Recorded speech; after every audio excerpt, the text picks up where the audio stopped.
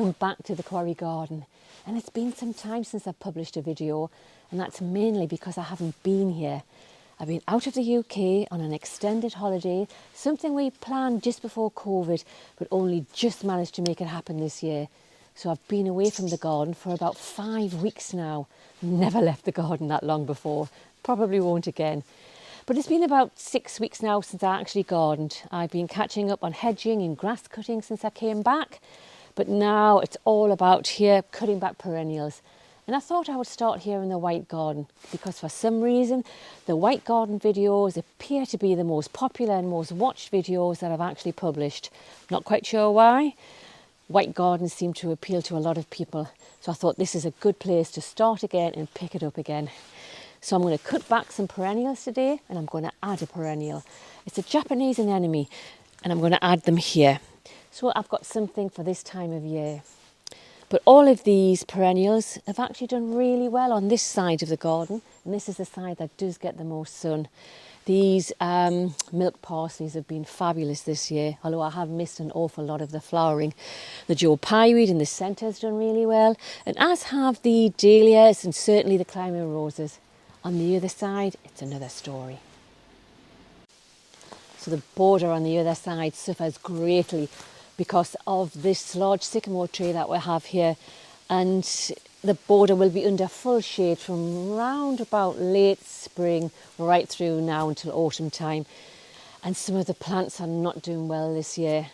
The lilies did really well, as did the rose and the geraniums in the front of the border. But other than that, everything else has struggled. So I'm going to make some wholesale changes over there in the winter, but I'll bring you along for that and you'll see what I add and what I take out.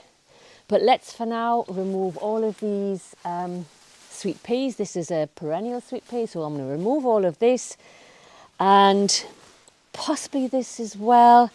May leave some of the others for another time, but I'm going to remove everything and add the Japanese anemones. Okay, the anemone that I'm going to add here is a Japanese anemone, and it's Honorine Jobert.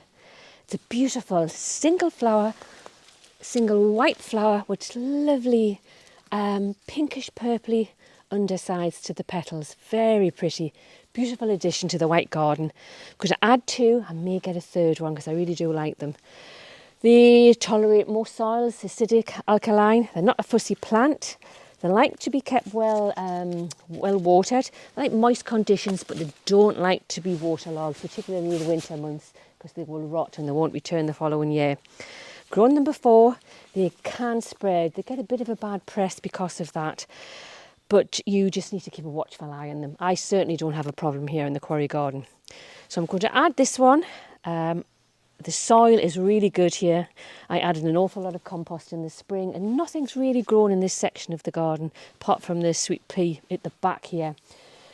I may get a third one because I do think they look good.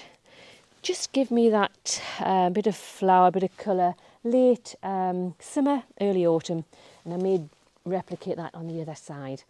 I'll see what that looks like because I've got an awful lot of weeds on that side. But that's it for today.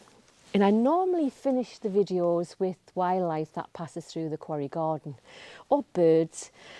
But this time I'm going to add a video which we took when we were on our holidays in the US, and we've just been on a road trip in Alaska. Came across some fantastic wildlife. If you're into the wildlife as well as the garden, you may enjoy this. If you're not, if you're only a gardener, you may want to stop now. But we did come across some fantastic wildlife on a road trip, and I just thought people who don't see this type of wildlife here in the UK may enjoy it. Anyhow, see you soon. Thanks for watching.